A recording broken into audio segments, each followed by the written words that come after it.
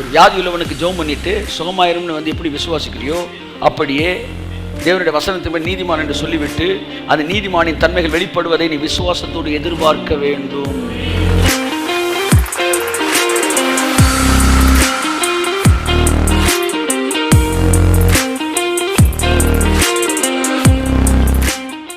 பாவம் செஞ்ச பிறகு நீங்க பாவியாகல, நீங்க ஆதாமுக்கு பிள்ளையா பிறந்தனாலதான் பாவியா. நீங்க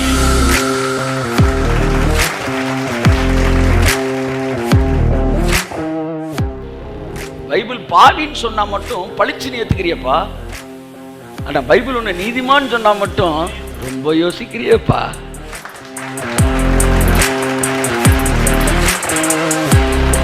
நீங்க நீதி செஞ்சனால நீதிமானாகல, இயேசுவுக்கு பிள்ளையா பிறந்ததுனால நீதிமானானீங்க.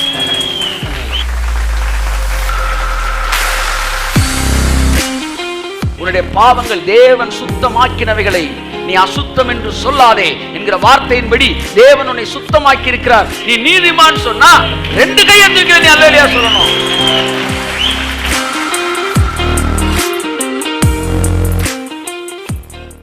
பிதாவாய் தேவன் சொல்லுகிறபடி நாம் செய்கிறோம். வரும்போது எனக்கு அந்த வார்த்தை திடீர்னு வந்து ஆசீர்வதித்தற்கு தக்கதாக அப்படின்ற வார்த்தை. ஆசீர்வதித்தக்கதாக, இது பழைய ஏற்பாடு வார்த்தை எனக்கு தெரியும். ஒன்று யாத்திராமில் இருக்கும், இல்லாட்டி உபாமில் இருக்கும்.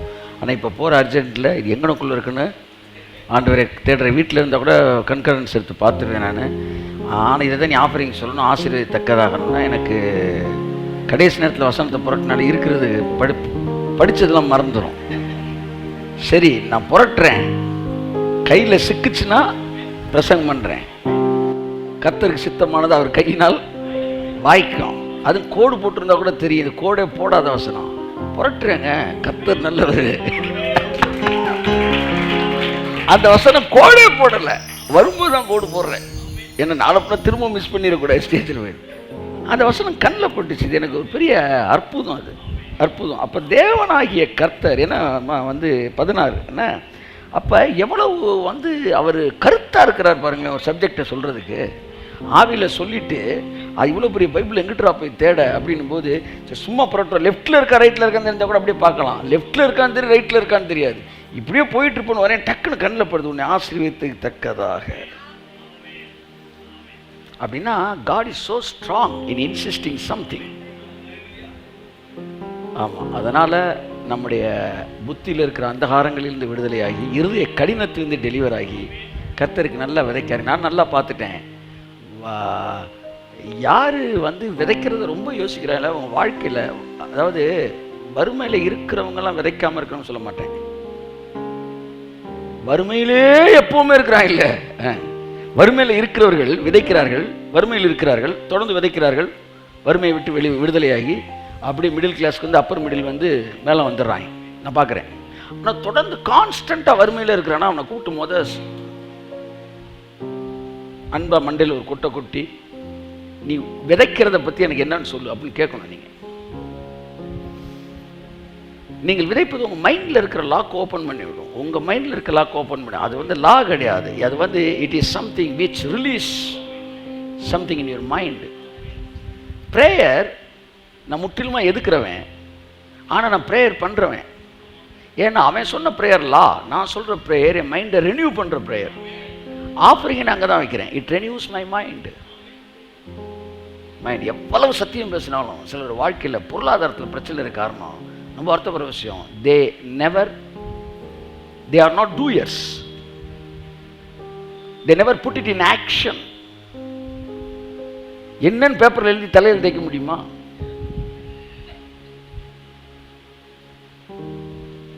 கர்த்தர் நல்லவர் என்பதை ருசித்து பாருங்கள். ருசித்து பாருங்கள் இருக்கு, மல்கியால சோதித்து பாருங்கள் இருக்கு. நான் இப்படி சேர்த்து சொல்றேன், சோதித்து பார்த்து ருசித்து பாருங்கள். சும்மா வாரம் ஃபுல்லாக கேசரிக்கின்றது பார்த்துக்கிட்டே இருந்தா ஒரு நாளாச்சு கிண்டணும் சார், கிண்டி சாப்பிடணும் சார். இன்னைக்கு கேசரி தான் வருதா? ஆமாம், இல்லை சீதாராம் கேசரி என்ன வருதுன்றதை நீங்கள் உட்காந்து பாருங்க. God is good. ஓகே, ஆமென், ஹல்லேலூயா. எல்லாம் உங்கள் வலது கரத்தை திருக்கரங்களை உயர்த்தி ஒரு அல்லேலூயா சொல்லுங்க.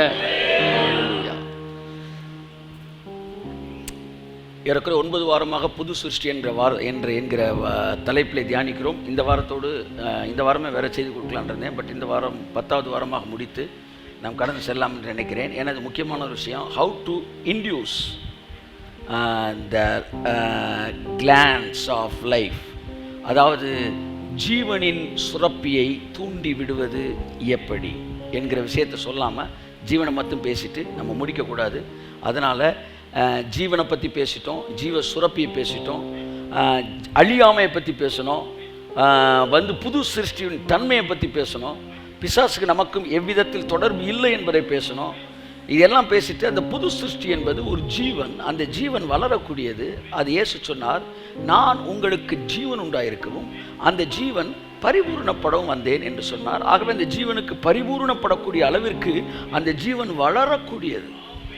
அப்போ எப்படி அந்த ஜீவனை நீங்கள் வளர்த்து கொள்ளலாம் என்பதை நம்ம பார்க்க போகிறோம். நம்ம சரியா, நம்ம வழக்கமாக தொடங்குற இந்த கீவேர்ட்லேருந்து ஸ்டார்ட் பண்ணுவோம். நான் கொஞ்ச நேரத்தில் முடிச்சிடலான்னு ஒரு நல்ல ஒரு டெசிஷனோடு நிற்கிறேன். கர்த்தருக்கு சித்தமான விதமான முடிச்சிடும் சீக்கிரம். வாசிங்க. இப்படி இருக்க ஒருவன் கிறிஸ்துவுக்குள் இருந்தால், இந்த வசனத்தின் அடிப்படையில் தான் ஒரு 10 வாரம் நம்ம தியானிச்சிருக்கிறோம். ஓகே, போதும்னு நினைக்கிறேன். வாசிப்போம். இப்படி இருக்க ஒருவன் கிறிஸ்துவுக்குள் இருந்தால், இப்படி இருக்க எப்படி இருக்க முந்தின வசனத்தை வாசிங்க, என்னன்னு பார்ப்போம். ஆகையால் இது முதற்கொண்டு நாங்கள் ஒருவனையும் மாம்சத்தின்படி அறியோம். எக்ஸலென்ட். நாங்கள் கிறிஸ்துவையும் மாம்சத்தின்படி அறிந்திருந்தாலும் இனி ஒருபோதும் அவரை மாம்சத்தின்படி அறியோம். ஒரு மனுஷனை மாம்சத்தின்படி அறிவது என்பது வேறு, ஆவியின்படி அறிவது என்பது வேறு. நீங்கள் பஸ் ஸ்டாப்பில் நின்றுக்கிட்டு இருக்கிறீங்க, உங்களுக்கு பக்கத்தில் இன்னொருத்தர் ராமசாமியோ குப்சாமியோ நிற்கிறார், ரட்சிக்கப்படாதவர். 2 பேரையும் பார்க்கும்போது ஒரு பஸ்ஸுக்காக நிற்கிறீங்க. மாம்சத்தின்படி 2 பேரும் ஒரே ஆள் தான், ஆனால் ஆவியின்படி நீங்கள் பார்க்கும்போது அவர் வேறு, நீங்கள் வேறு. ஏனென்றால் உங்களுக்குள்ளே ஜீவன் வேலை செய்து கொண்டிருக்கிறது, அவருக்குள்ளே மரணம் வேலை செய்து கொண்டிருக்கிறது. ஸோ ஆவியின்படி நாங்கள் மாம்சத்தின்படி ஒருவரையும் அறியோம், நாங்கள் ஆவியின்படி தான் அறிகிறோம். கிறிஸ்துவை கூட நாங்கள் மாம்சத்தின்படி அறியோம் அப்படின்றான். எவனுமே இயேசு கிறிஸ்து பூமியில் இருந்தப்போ கூட சகோதரி எல்லாம் இருந்திருக்கிறாங்க, அவங்களுக்கு பொண்ணு மாப்பிள்ளை கொடுத்தவங்களாம் இருந்திருக்கிறாங்க. அதெல்லாம் சொல்லியிருக்காங்க, இவர்கள் சகோதரி கூட நம்ம வீட்டில் தானே இப்போ வேலை பார்த்துக்கிட்டு இருக்கிறேன். இவங்களாம் பரலோகத்துக்கு வரும்போது எப்படி நம்ம ஏசுனார் மச்சினந்தாங்க வாயா அப்படின்னு அவங்க அக்கா மாப்பிள்ளை வந்துடுவாரா? ஏசுனார் அக்கா மாப்பிள்ளை, தங்கச்சி மாப்பிள்ளை, அக்கா மாப்பிள்ளை கிடையாது, அவர் தான் மூத்த பிள்ளையா, தங்கச்சி மாப்பிள்ளை. அதில் தங்கச்சி இல்லை அக்கா பயலுக, மாமா ஏ மாமா இப்படி போமா. மரியாள் கூட அபிஷேகம் பெறும்போது தனியாக ஸ்பெஷல் அனாயிட்டிங்லாம் கிடையாது. 120 பேரோடு கூட மரியாளும் அமர்ந்திருந்தாள். கர்த்தருடைய அபிஷேகம் அந்த 120 பேர் அனாயிட் பண்ணும்போது தான் மரியாதை அனாயிட் பண்ணுச்சு. மரியாள் அந்த ரொம்ப தெளிவாக தான் இருக்கிறாங்க. ஆமாம், மரியாதை பின்னாடி போகிறவங்க தான் கொஞ்சம் தெளிவு இல்லாமல் இருக்கிறாங்க. அந்த அம்மா தெளிவாக சொல்லிடுச்சு, நான் சொன்னதை ஒன்றும் செய்யாதீங்கப்பா, அவர் உங்களுக்கு என்ன சொல்லுகிறாரோ அதன்படி செய்யுங்கள். அம்மான்ற வார்த்தையே தமிழ்நாட்டில் மோசமானது, நீ அப்படி போயிருன்ட்டு. ஆமான்ற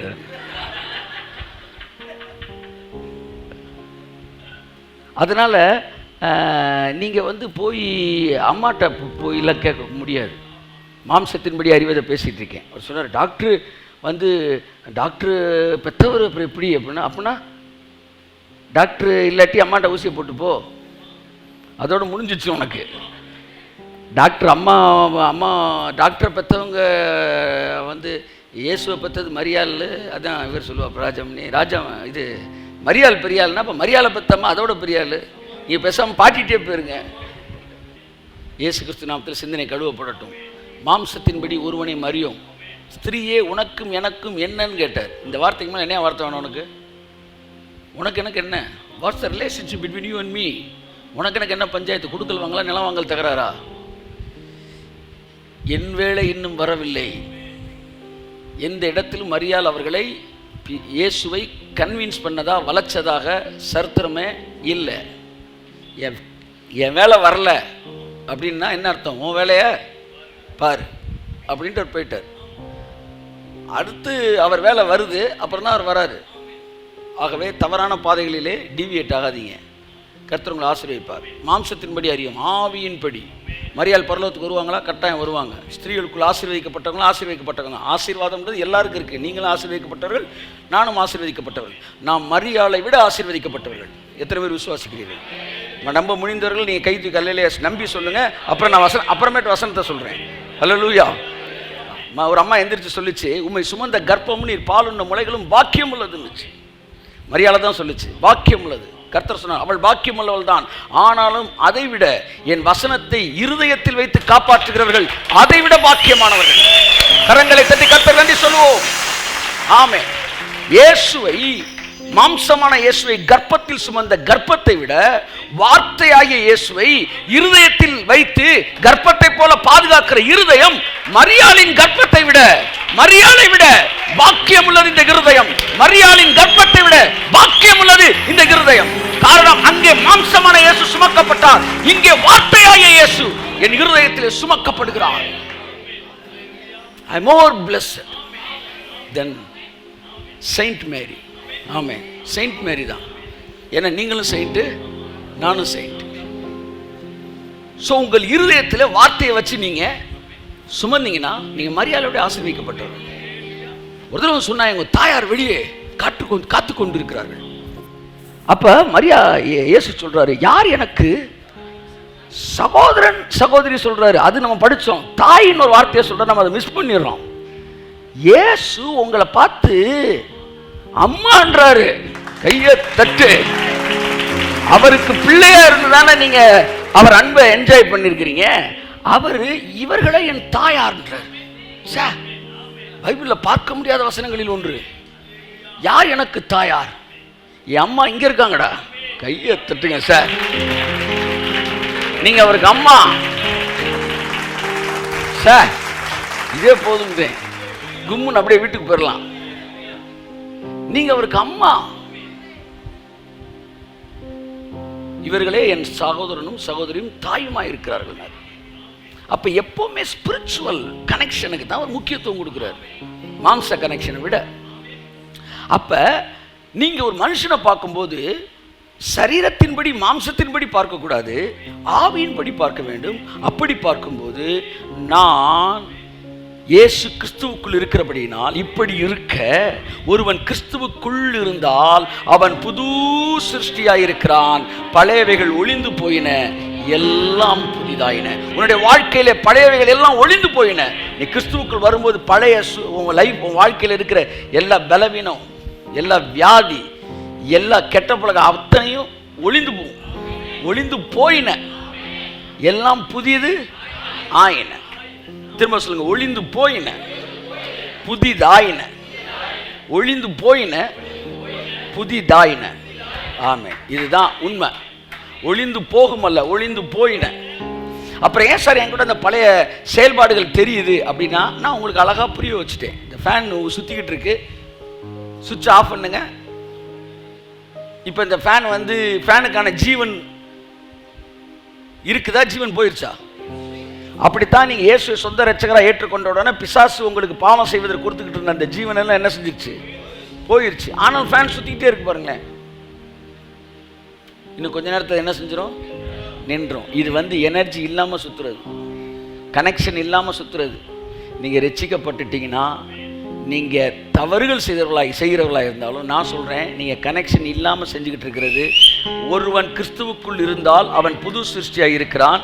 ஒருவன் தேவனால் பிறந்த எவனும் பாவத்தில் நிலைத்திருக்க மாட்டான். தேவனுடைய வித்து அவனுக்குள் தரித்திருக்கிறபடினால் அவன் பாவத்தில் நிலைத்திருக்க மாட்டான். கைத்தட்டுங்க ஒருத்தர் அவருக்கு. We will not continue sin. Bible சொல்லுது நீங்க கண்டினியூ பண்ண மாட்டீங்கன்னு. நீங்க ரொம்ப விசுவாசமா சொல்றீங்க. இல்ல சார், நான் கண்டினியூ பண்ணுவேன் சார். கிரிட்டிக் சொல்றான் அவன் பாவம் செய்வான். பைபிள் சொல்ல அவன் செய்ய மாட்டான். பைபிள் பாவின்னு சொன்னா மட்டும் பளிச்சுன்னு ஏத்துக்கிறியப்பா. ஆனா பைபிள் உன்னை நீதிமான்னு சொன்னா மட்டும் ரொம்ப யோசிக்கிறியப்பா. அப்ப நீதிமான் சொல்றத நீ யோசிக்கிற, நீ பாவின்னு சொன்னாலும் யோசிக்கணும். அதை மட்டும் கொடுங்க சாமி நான் வாங்கிக்கிறேன் அப்படின்னு வாங்கிக்கிறீங்க. மேடையை போட்டு ஒருத்தர் நீ பாவின்னு பேசுறாரு பிரசங்கி, அதை கேட்டு அழுகிற நீ. இன்னொருத்தர் வந்து வேதம் சொல்லுது நீ முன்னாடி பாவிதான்பா, ஆனா சிலுவையில இயேசு முடிந்ததுன்னு சொன்ன பிறகு உன்னுடைய பாவங்கள் தேவன் சுத்தமாக்கினவைகளை நீ அசுத்தம் என்று சொல்லாதே என்கிற வார்த்தையின்படி தேவன் உன்னை சுத்தமாக்கி இருக்கிறார். நீ நீதிமான் சொன்னா ரெண்டு கையை தூக்கி நீ அல்லேலூயா சொல்லணும். பாவின்றதுக்கு ஒரு கையை தூக்குனீங்கன்னா நீதிமான்றதுக்கு 2 கையை தூக்கு. ஆமென்.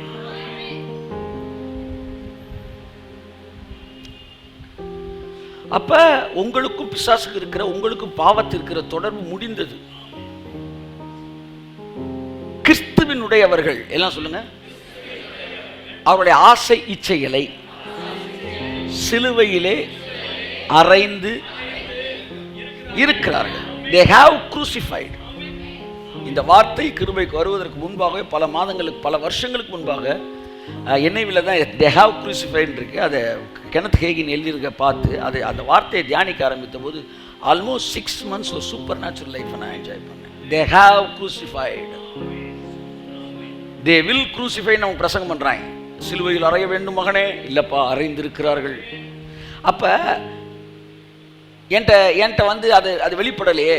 நீ வெளிப்படுறதுக்கு தான் அந்த சத்தியத்தை நீ பேசணும். நீ அதை பேசும்போது தான் வெளிப்படும். ஒரு வியாதி உள்ளவனுக்கு ஜெபம் பண்ணிட்டு சுகமாயிரும்னு வந்து எப்படி விசுவாசிக்கிறியோ அப்படியே தேவனுடைய வசனத்தின் நீதிமான் என்று சொல்லிவிட்டு அந்த நீதிமானின் தன்மைகள் வெளிப்படுவதை நீ விசுவாசத்தோடு எதிர்பார்க்க வேண்டும். எதிர்பார்ப்பீர்களா? செய்வீர்களா? கை தூக்கி எதிர்பார்ப்போம்னு சொல்லுங்க. ஆமென். உங்கள்ட்ட எதிர்பாருங்க. ஆமென். ஆமென். இப்போ இந்த புது சிருஷ்டியை பற்றி பல விஷயங்கள் பேசணும். இயேசு சொன்னார், யோவான் 10:10 வாசிங்க. திருடன் திருடவும் கொல்லவும் அழிக்கவும் வருகிறானே அன்றி வேறொன்றுக்கும் வரான். நானோ அவைகளுக்கு ஜீவன் உண்டாயிருக்கவும், சொல்லுங்க, ஜீவன் உண்டாயிருக்கவும் அது பரிபூர்ணப்படவும் வந்தேன். ஜீவன் வேறு, பரிபூர்ணப்படுவது வேறு. ஆமென் சொல்லுங்க. ஜீவன் இப்ப நம்ம எல்லாத்தையுமே இருக்கு. கை தட்டுங்க உதரவு இருக்கு. ஆமென். இந்த ஜீவன் வந்திருக்குன்னா வந்து மரணம் அங்க இல்லைன்னு அர்த்தம். ஜீவன் வந்து அழியாமையை கொடுத்துருக்கு. இயேசு சொன்னாரு, நான் என்ன ஒருத்தன் சொந்த ரட்சகரா ஏற்றுக்கொண்டா அவனுக்குள்ள ஜீவன் வந்திருக்குன்றார். இன்னொரு வசனம் கூட நமக்கு ஃபெமிலியரான வசனம் வாசிப்போம். யோவான் 14:6. இயேசுவை ஏற்றுக்கொண்டவர்களுக்குள்ளே ஜீவன் இருக்கிறது. நானோ ஜீவன் உண்டாயிருக்க நான் வந்தேன் என்று சொன்னார். யோவான் 14:6. அதற்கு இயேசு நானே வழியும் சத்தியமும் ஜீவனுமாய் இருக்கிறேன். கை தட்டுங்க ஒருவருக்கு. ஆமென். ஒருவன் ஆதாமுக்குள் இருந்தால் அவன் மரணத்துக்குரியவனாய் இருக்கிறான். ஒருவன் இயேசுவுக்குள் இருந்தால் அவன் ஜீவனுக்குரியவனாய் இருக்கிறான்.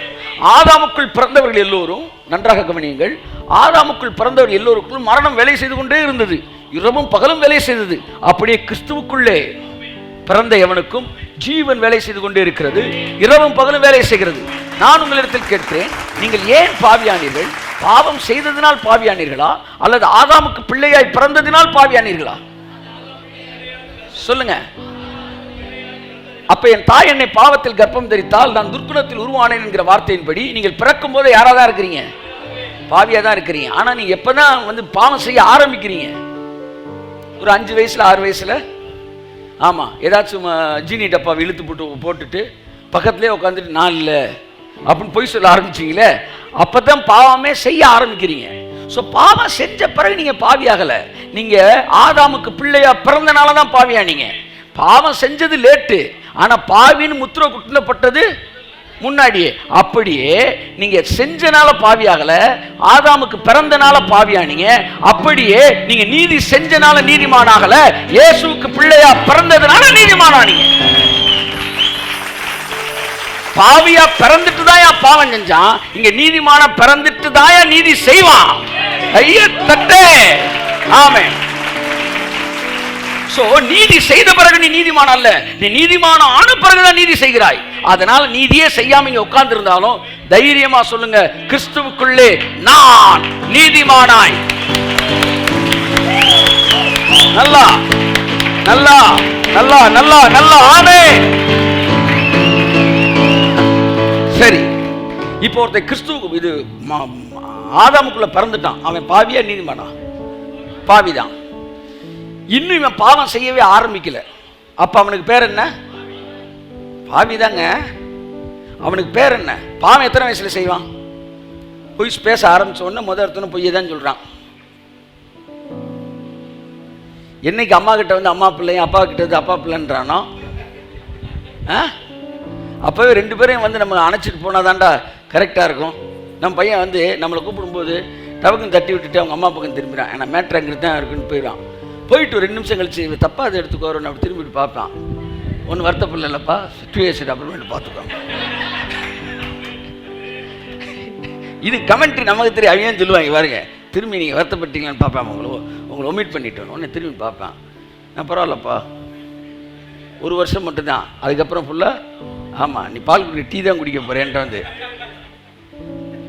என்னென்னா இந்த பிள்ளை பேச ஆரம்பிக்கும் போது, சாதாரண பிள்ளைகள் பேச ஆரம்பிக்கும் போது பொய் சொல்ல ஆரம்பிக்குது.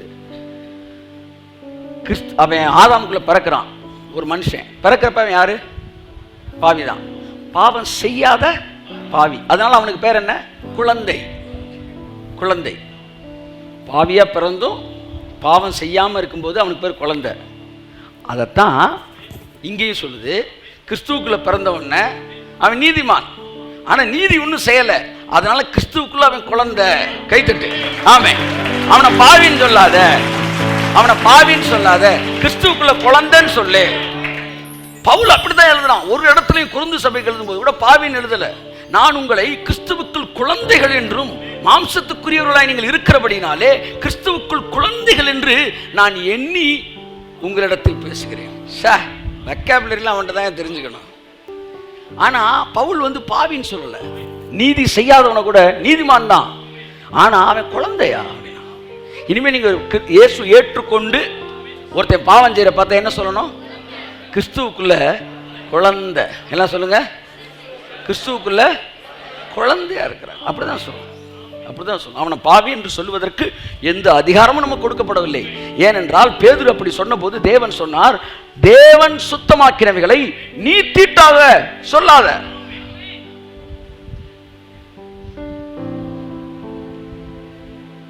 அப்ப நீங்க குழந்தையா இருக்கிறீங்க, ஜீவன் உங்களுக்குள்ள வந்துருச்சு. ஆனா நீதி செய்ய உங்களுக்குள்ள வெளிப்பாடுகள் வரும்போது, செயல்பாடுகளுக்கு வரும்போது அந்த ஜீவன் பரிபூர்ணப்படுகிறது. இயேசு சொன்னார், நான் ஜீவன் உண்டாகும்படி வந்தேன். நம்பர் 1. இன்னொரு பவுல் சொல்றார், கிறிஸ்து எனக்கு ஜீவன். நம்பர் 2. நம்பர் 3, இயேசு சொன்னார், நானே வழியும் சத்தியமும் ஜீவனுமாய் இருக்கிறேன் என்று சொன்னார். மறுபடியும் இயேசு தான் ஜீவன்றதை சொல்றார். யோவான் 11:25 சொல்றாரு, நானே உயிர்த்தெழுதலும் ஜீவனுமாய் இருக்கிறேன் என்று சொன்னார். ஆகவே இயேசுவை ஏற்றுக்கொண்டார்கள் என்றால் அதற்கு அர்த்தம் ஜீவனை பெற்றுக் கொண்டார்கள் என்பது அர்த்தம். யோவான் 1 சொல்கிறது, அவருக்குள் ஜீவன் இருந்தது, அந்த ஜீவன் மனுஷருக்கு ஒளியாயிருந்தது. சோ இயேசு என்றால் ஜீவன். இன்னொரு இடத்துல இயேசு சொல்றாரு, ஜீவ அப்பம் நானே என்று சொல்கிறார். ஆகவே இயேசுவே ஜீவன், ஜீவனே இயேசு. இயேசு ஒருவன் ஏற்றுக்கொண்டான் என்றால் ஜீவனை ஏற்றுக்கொண்டான் என்று அர்த்தம். ஆதாமை ஏற்றுக்கொண்டான் என்றால் மரணத்தை ஏற்றுக்கொண்டான் என்று அர்த்தம். ஆதாமுக்கு பிள்ளையான போது எனக்குள் மரணம் இருந்தது. அந்த மரணம் கேன்சரை போல எனக்குள்ள வேலை செய்து கொண்டே இருந்தது, என்னை சாவை நோக்கி இழுத்து கொண்டு சென்றது. நான் கிறிஸ்துவுக்கு பிள்ளையான போது மரணம் பிடுங்கி எறியப்பட்டது, ஜீவன் எனக்குள் வந்தது. அந்த ஜீவன் எனக்குள் உட்கார்ந்து கேன்சர் செல்கள் செய்கிற வேலையை விட மிக வேகமாக எனக்குள்ள ஜீவனை பிறப்பித்துக் கொள். ஆமென், ஆமென். வேலை செய்து கொண்டு இருக்கிறது. ஆனா அந்த ஜீவன் பாருங்க, இது தூண்டப்படக்கூடிய ஒரு விஷயம். இப்ப நீங்க வரும்போது ஜீவன் இருந்துச்சுல, ஆனா இப்ப பாருங்க ஜீவன் அப்படியே எந்திரிக்குது பாருங்க. இதுல இருந்து என்ன தெரியுதுன்னா, ஜீவனை நீங்க தூண்டி விட அந்த ஜீவன் அப்படியே டெவலப் ஆகிட்டே இருக்கும். ஆமென் சொல்லுங்க. ஆமென், ஆமென். பவுல் தீமோத்தேயுக்கு சொன்னார், மூப்பராகிய சங்கத்தார் உண்மையில் கைகளை வைத்த போது, உனக்குண்டான வரத்தை குறித்து நீ அசதியாயிராதே, உனக்குண்டான வரத்தை நீ அனல் மூட்டி எழுப்பு. எல்லாம் சொல்லுங்க. அப்ப வரத்தை கூட யார் தான் எழுப்பணுமா? சொல்லுங்க. நீங்க தான் அனல் மூட்டணும். தேவன் தான் பண்றாரு. அதாவது இப்ப நீங்க அனல் மூட்டிக்கிட்டு இருக்கீங்க. அப்ப எதெல்லாம் உங்க வரத்தை அனல் மூட்டும், அந்த அனல் மூட்டி எழுப்புன்னு சொல்லி அடுத்த வசனம் தான் எழுதுறாரு. இன்னைக்கு அந்த வசனம் இருக்கமா? வரத்தை அனல் மூட்டி எழுப்புன்னு சொல்லிட்டு அடுத்த வசனம் நினைக்கிறேன், தேவன் நமக்கு பயமுள்ள ஆவியை கொடாமல். அப்படின்னா வரத்தை செயல்படுத்துறதுக்கு கூட என்னதான் தடையா இருக்குது? பயம்.